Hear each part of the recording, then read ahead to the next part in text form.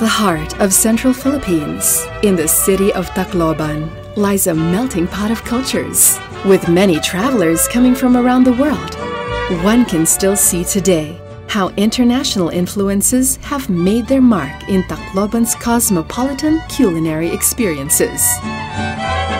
Many indeed come to visit, and some end up staying, falling in love with the city's beauty and its friendly people. This is how the story goes for Italian restaurant owner Joseph Bonavita Cola, who now resides in Tacloban City. How did it all start? That was a long time ago in my book already, because that was in 1992.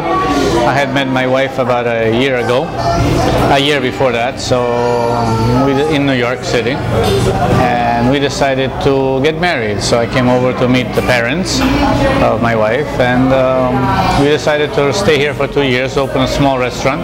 As a matter of fact, it was only half the size of what we have right now. And from 2 years, then it became 3, 4, 5, 2 kids came along.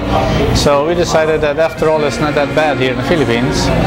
So we extended it year after year after year, then we expanded the restaurant, and here we are right now after 17.5 years. It's a very common story, I think. It's very nice and easy to live in this country. No running around like in New York City before, or even in Italy, in Rome, or in Italy, in Avellino, where I come from, La Campania. It's very relaxed here, so I love it. I love it here. It's really nice. With his experience intact, Joseph opened his own Italian restaurant, Giuseppe's, which has been a popular dining spot for locals for over 17 years. Their traditional Italian cuisine is inspired by home-style, handmade food, handed down from generations, using only the finest ingredients sourced from all over the world, from the freshest seafood from Philippine waters to the finest extra virgin olive oil from Italy. Giuseppe's brings the world of Italian dining to the dinner tables of Tacloban. We have our own wines that we brought from Italy. We imported some cheeses from Italy. We make our own homemade pastas like this. The lasagnas and the ravioli and the cannelloni, everything is homemade. Even the desserts are made by us. Everything is made. Sometimes you have to create things. Sometimes you have to substitute. We don't like to substitute a lot, but a little bit, you know, a little bit.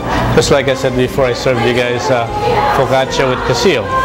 Casillo is a local cheese, focaccia is Italian, so we combine things sometimes, but it turns out to be quite good, so we're happy for that. So, along with the appetite-whetting antipasto, such as the focaccia, the main dishes of authentic homemade pastas, and the family-sized servings of grilled meats and seafood are popular among the local diners.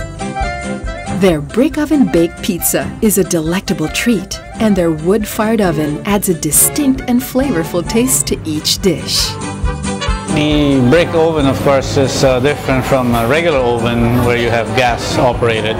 This one here has wood, and it's a particular wood which gives also taste to the food, just like to the pizza or to our baked lasagna, baked cannelloni, baked ravioli. Before we have to do it, we were used to do it on the broiler, but that is gas operated. Now we have the opportunity to have this oven and with firewood. The taste is totally different because of the wood.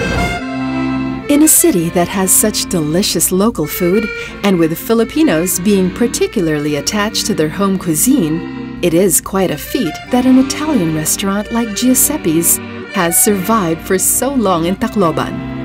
Joseph confesses that the restaurant was not so popular in its first 2 months, but he shares his secret for winning over the locals. Like in anything else, when you haven't tried something, you're always skeptical, you always stay away from it.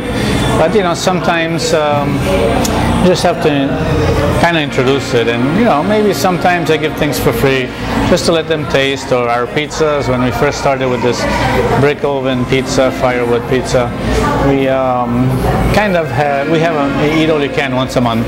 So we put the pizza on the buffet, and we served it to all the tables, like, you know, eat as much as you want. And usually we get a good response from that. So Giuseppe's has managed to harmoniously blend the intense, bold flavors of authentic Italian cuisine, along with the more subtle and sweeter preferences of the Filipino palate. The results are taste bud tingling dishes where the best of both worlds meet.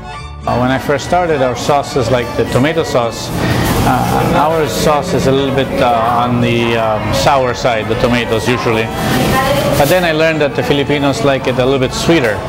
So instead of adding sugar like many do for that, I tried to cook it a little bit longer and use ingredients where it will smoothen the taste of the sauce, so it becomes more agreeable to the palate of the Filipinos. Giuseppe's Italian restaurant certainly offers a dining experience for both the uninitiated as well as sophisticated palates by remaining true to its Italian roots. It is no surprise that one would find such a restaurant in a city where cultures and cuisines converge, and where people like Joseph end up finding a new place to call home.